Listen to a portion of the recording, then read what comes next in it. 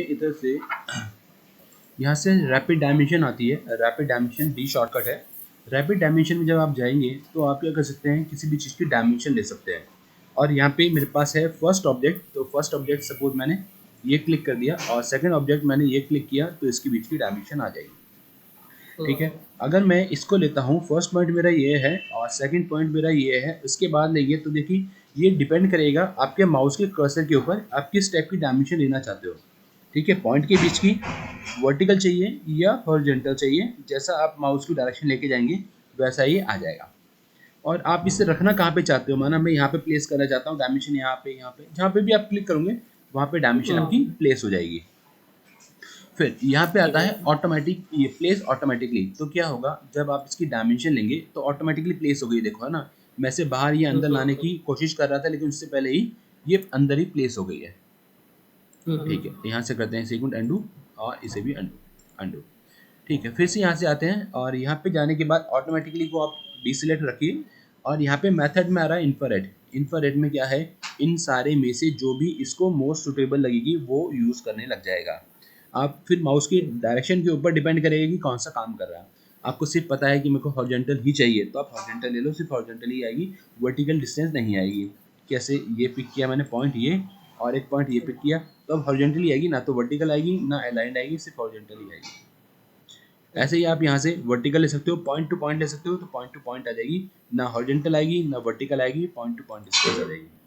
Perpendicular, cylindrical, ये cylindrical जो है डायमीटर शो करने के लिए है, और वो भी किसका, इसे रीसेट करता हूँ मैं ऊपर से, ये रीसेट का है, तो रीसेट करेंगे और यहाँ से मैंने ये लिया सिलेंडर और अब पिक किया फर्स्ट पॉइंट और सेकंड पॉइंट। तो अब ये क्या एज्यूम करेगा कि ये एक सॉलिड सिलेंडर है जिसकी आउटर एजेस हमने सिलेक्ट करी हैं और यहाँ पे डायमीटर लिखा हुआ आ गया है।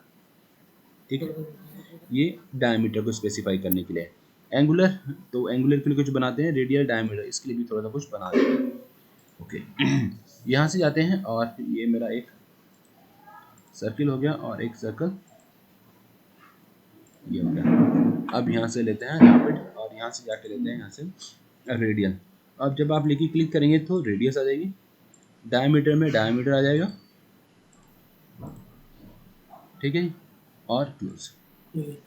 इसके अलावा आप यहाँ से जब जाएंगे तो यहाँ पे हमें लीनियर ये वही है, रेडियल भी वही है, एंगुलर एक पैरीमीटर मिलता है ना, पैरीमीटर वहाँ पे आपको नहीं मिलेगा, पैरीमीटर यहीं से मिलेगा और जिस भी लाइन को सिलेक्ट करते जाएंगे उसका पैरीमीटर आता जाएगा। तो इस पूरे रेक्टेंगल का पैरीमीटर रीसेट, और इसकी सर्कमफ्रेंस ये सर्कल की, तो सर्कल की सर्कमफ्रेंस।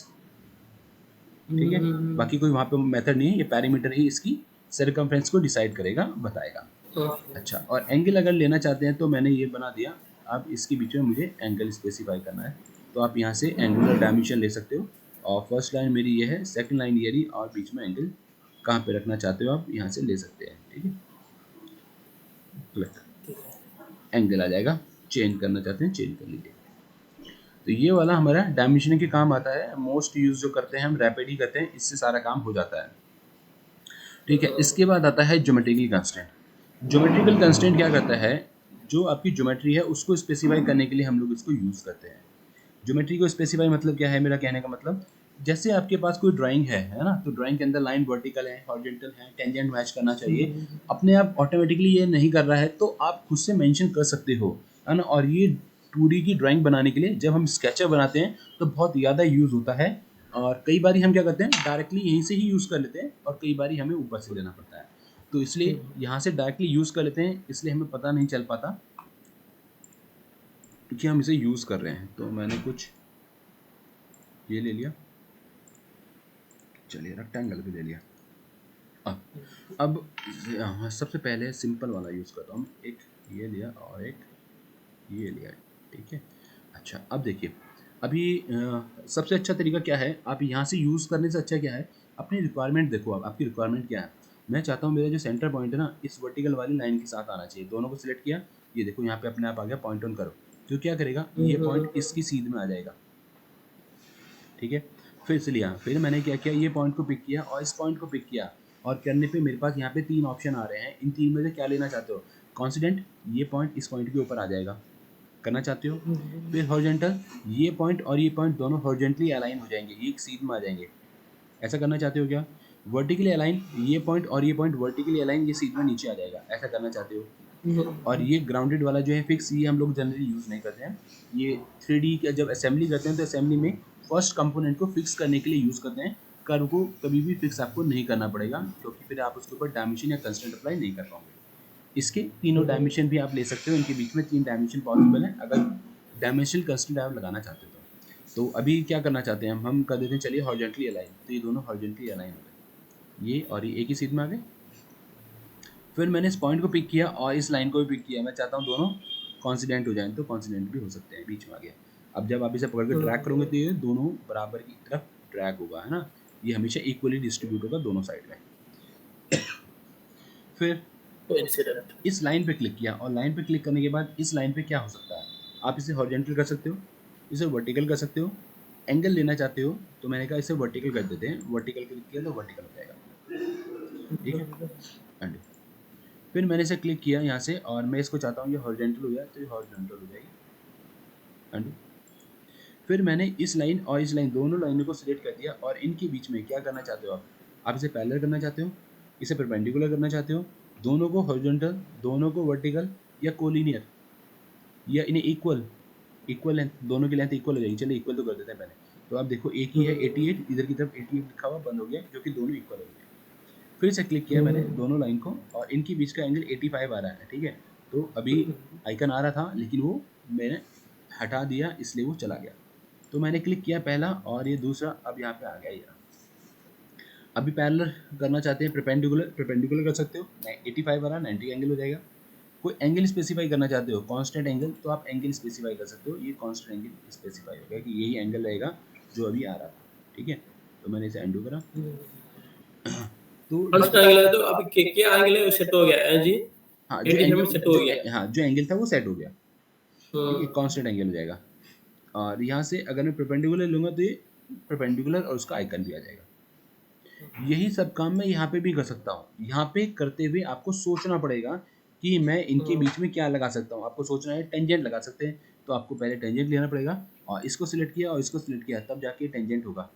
और यहाँ पे क्या है, यहाँ से जब डायरेक्टली करते हैं तो उससे क्या बेनिफिट होता है, मुझे क्या करना है, इनको मिलाना है ना, तो मैं दोनों को सिलेक्ट करता हूँ तो मुझे यहाँ पे ऑप्शन मिल जाएंगे कि इनके बीच में क्या बेस्ट ऑप्शन हो सकते हैं, उनमें से आप डिसाइड कर लो।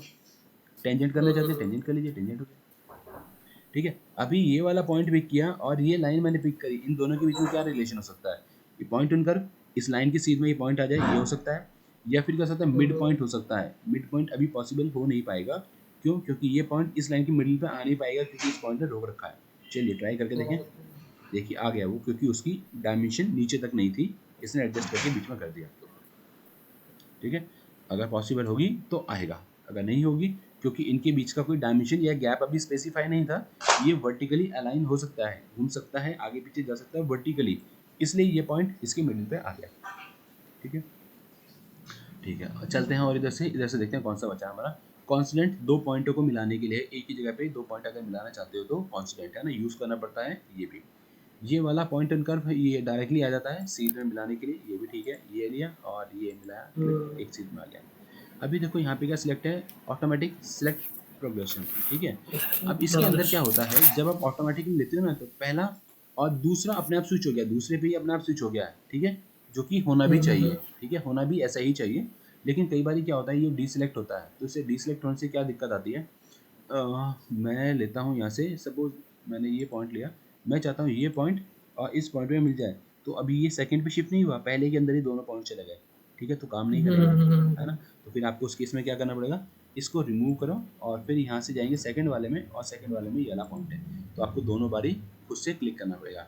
तो इससे अच्छा है कि आप ऑटोमेटिक वाले को सिलेक्ट करके रखिए। टेंजेंट ऑलरेडी हमारा हो गया है, यहाँ से पैरेलल कर सकते हो आप। तो पैरेलल के लिए मैंने क्या किया, एक लाइन ये बना दी और एक लाइन ये बना देते हैं, ठीक है जी। यहाँ पे अब दो ऑप्शन यूज हो जाएंगे हमारे। यहाँ से आते हैं और लिया मैंने ये पैरेलल। पैरेलल क्या करना चाहते हो, ये लाइन और ये लाइन दोनों पैरेलल हो जाएंगे, पैरेलल हो गई, ठीक है। परपेंडिकुलर ऑलरेडी अभी हमने किया था, है ना, वही वाला है, दोनों perpendicular. Horizontal, vertical, horizontal line, ये अच्छा ऑप्शन है, यूज होता है। हॉरिजॉन्टल लाइन और वर्टिकल लाइन यूज होता है, बहुत बार यूज होगा, क्योंकि हमें ओरिजिन से मिलाना पड़ती है अपनी ज्योमेट्री को, है ना। तो उस केस में तो यहाँ से भी ले सकते हो। चलो ये लिया 2 हमने। पॉइंट क्लिक हाँ, तो हमने क्या किया, ये पॉइंट जो है इसके साथ, इस वाले पॉइंट के साथ ले लो या लाइन के साथ ले लो, बीच में आ गया। फिर हमने ये पॉइंट पिक किया। अब यार ये लेते हैं वर्टिकल लाइन, ये वाला पॉइंट और इसके साथ ये वर्टिकल लाइन पे गया। ठीक है, तो ये सेंटर रेक्टेंगल हो गया, आधा इधर आधा इधर, दोनों तरफ इक्वली डिस्ट्रीब्यूट हो रहा है। मिड पॉइंट भी कर सकते हो, वही है मिड पॉइंट भी ना, ज़्यादा है नहीं। मिड पॉइंट लिया, ये वाला जो पॉइंट है इस लाइन की मिडिल पे आ गया, इसकी मिडिल पे ज्योमेट्री थोड़ी चेंज हो गई है लेकिन आ गया। कोलीनियर दो लाइन को एक अलाइन करना है, एक साथ अलाइन करना है, ये लाइन और ये लाइन, तो दोनों एक ही अलाइन में आ जाएंगे, एक ही सीध में दोनों लाइनें आ जाएंगी। कोसेंट्रिक, दो सर्किल का सेंटर एक ही रखना है तो सेम सेंटर, इक्वल लेंथ तो अभी हमने करी थी, इक्वल रेडियस की कर सकते हैं। ठीक है, इक्वल रेडियस। चलिए एक बार एक कोसेंट्रिक ले लेता हूँ, एक यहाँ पे ये बनाया और फिर एक ये बना दिया और फिलेट भी ले लिया, माना मैंने एक इसके बीच में फिलेट भी अप्लाई कर दिया। ठीक है, अब यहाँ से जाते हैं और यहाँ से लेते हैं, ये लिया कोसेंट्रिक में मैं चाहता हूँ ये और ये इन दोनों का सेंटर सेम हो जाए। ठीक है, तो जिस पे कंस्ट्रेंट अप्लाई होगा, जो मूव नहीं कर सकता वो रुका रहेगा, जो मूव कर सकता है वो जाके इस पर अलाइन हो जाएगा। ठीक है, फिर यहाँ से लिया इक्वल रेडियस, तो मैं चाहता हूँ इसका रेडियस और इसका रेडियस सेम हो जाए, तो दोनों का रेडियस सेम हो जाएगा। ठीक है, किसी और के साथ भी आप मिला सकते हो उसको, कोई ऐसी इसमें दिक्कत वाली बात है नहीं। कंस्ट्रेंट इंपॉर्टेंट है और ज़्यादा कोशिश यही रहे कि आप यहाँ से और यहाँ से जब सिलेक्शन करें तभी आते हैं, तभी यूज़ कर लीजिए, ज़्यादा अच्छा ऑप्शन है। ठीक है, मेक सिमेट्री के लिए मैं क्या करता हूँ, मैंने लिया मेक सिमेट्री, प्राइमरी ऑब्जेक्ट मेरा प्राइमरी ये हो गया, मेरा सेकेंडरी ऑब्जेक्ट कौन सा है, ये वाला हो गया, और सेंटर लाइन में इसे डिफाइन करता हूँ। तो क्या हुआ, इसके ऊपर ही आ गया वो लाइन, है ना, अंडू। तो कुछ बना लेते हैं, एक ये लाइन है मेरे पास और एक इधर ले ली। ठीक है, अब लेते हैं सिमेट्रिक, तो मेरी प्राइमरी ऑब्जेक्ट ये है, मेरी सेकेंडरी ऑब्जेक्ट ये है और सेंटर लाइन मेरी ये है। देखिए, ठीक है, ये बराबर दूरी पे चले गए होंगे, मतलब मिरर हो गया होगा इसका ये। तो इस तरीके से सिमेट्री यूज़ कर सकते हैं। अब आता है इसका सेटिंग वाला option, display sketch constraint. Sketch के कंस्ट्रेंट जो थे वो डिस्प्ले करना चाहते हैं कि नहीं करना चाहते हैं। डिस्प्ले स्केच कंस्ट्रेंट में ये शो हो रहे हैं, देखिए परपेंडिकुलर शो हो रहा है। ठीक है, इक्वल का डिस्टेंस शो हो रहा है, ये शो हो रहा है। ये ऑन ऑफ करने के लिए यहाँ से ऑप्शन है, इसको ऑन करके ही रखिए, दिखना चाहिए, हमें पता चलता रहता है कि क्या कंस्ट्रेंट लगा हुआ है। डिस्प्ले स्केच ऑटो डायमेंशन, ये जो ऑटो डायमेंशन आई थी वो अब दिखाई देनी बंद हुई है। अब जब आप कुछ चीज़ बनाएंगे तो डायमेंशन अपने आप लिखी हुई नहीं आएगी। ठीक है, अब ऑन रखेंगे इसको तो डायमेंशन ऑटोमेटिकली आती रहेगी और दिखाई देती रहेगी, और ये भी ऑन ही रहना चाहिए, इससे हमें थोड़ा सा बेनिफिट ही होता है, पता चल रहा है कि हाँ 68 की डायमेंशन है, तो हम लगभग जो डायमेंशन हमें चाहिए उसके आसपास है कि नहीं है, हमें आइडिया लग जाता है। ठीक है, अगर दिखेगा नहीं तो फिर पहले आपको डायमेंशन करनी पड़ेगी, तब पता चलेगा कि हाँ कितनी डायमेंशन है। तो ये भी अच्छा ऑप्शन है कि ऑन ही रखिए आप। ऑटो कंस्ट्रेंट और ऑटो डायमेंशन, अभी बताता हूँ, ये अभी आएगा। रिलेशन ब्राउज़र में चले जाते हैं और रिलेशन ब्राउज़र के अंदर क्या है, आपने जिस भी कर्व के ऊपर रिलेशन दे रखे हैं उसको सिलेक्ट करिए। मैंने इस सर्किल को सिलेक्ट किया, इस सर्किल के ऊपर कौन कौन से रिलेशन लगे हुए हैं। ठीक है, कोसेंट्रिक लगा हुआ है, एक डायमीटर वाला लगा हुआ है, एक हॉरिजॉन्टली अलाइन करा था हमने, और पॉइंट ऑन कर्व करा था, टेंजेंट करा था। किसी को भी आप चेंज करना चाहते हो तो आप डिलीट कर सकते हो, यहाँ से डिलीट हो जाएगा। ठीक है, क्लिक। ठीक है, सिर्फ एक हुआ, सारे डिलीट नहीं हुए। और इसे भी अगर आप एक्सपेंड करोगे तो आपको पता चलेगा कि ये किसके और किसके बीच में आपने लगाया है, वर्टिकल एक्सिस और आर्क के बीच में लगाया है, ये पॉइंट ऑन कर्व वाला। नहीं चाहिए तो आप राइट क्लिक करके डिलीट कर दीजिए, डिलीट हो जाता है। ठीक है, इसकी भी इतनी ज़्यादा जरूरत नहीं पड़ती तभी है जब ज़्यादा इमरजेंसी में आपको ढूंढना पड़ेगा, क्योंकि जब भी गड़बड़ होगी ना, आपको ये पता नहीं चल पाएगा कि किस लाइन की वजह से गड़बड़ हो रही है। ठीक है, तो आपको इन्हीं को ही देख के अंदाज़ा लगाना पड़ेगा जो आपको कंसेप्ट दिख रहे हैं कि कहाँ से गलती हो रही है ना। सही, जो टाइम यूज हो जाएगा। हाँ, तो रिलेशन एनिमेट डायमेंशन करने के लिए आपको किसी डायमेंशन को पहले डिफाइन करना पड़ेगा, उसकी डायमेंशन करनी पड़ेगी। मैंने इसको 200 ले लिया और क्लोज। ठीक है, अभी ये 200 वाली डायमेंशन ये लिखी हुई है, इसको मैं एनिमेट करना चाहता हूँ तो आप एनिमेट करके देख सकते हो। यहाँ से गए एनिमेट डायमेंशन और इस पर क्लिक करते हैं, ये 180 से 220 तक एनिमेट हो रही है 10 साइकिल में, और मैं ऐसा करता हूँ अप्लाई। ठीक है, इसका इफेक्ट बाकी ज्योमेट्री पे क्या पड़ रहा है ना, ये चेक करने के लिए है कि अगर आपको ये डायमेंशन को 220 तक अगर एक्सपेंड करना पड़े तो ज्योमेट्री में क्या क्या इफेक्ट आएगा, वो आप चेक कर सकते हो। बस इसका यही यूज़ है। ठीक है, ऐसा इसके अंदर कुछ नहीं है कि आप इसको एनिमेट करके कुछ बनाएंगे या कुछ काम आएगा, नहीं। Animate dimension convert to from reference, ये अच्छा ऑप्शन है, ये कई बार यूज़ करना पड़ता है। क्या होता है जब हम ड्राइंग बनाते हैं और हमने क्या किया, इस लाइन के रिस्पेक्ट में आपने सर्किल बना दिया, ये सर्किल बना दिया, दूरी भी दे दी।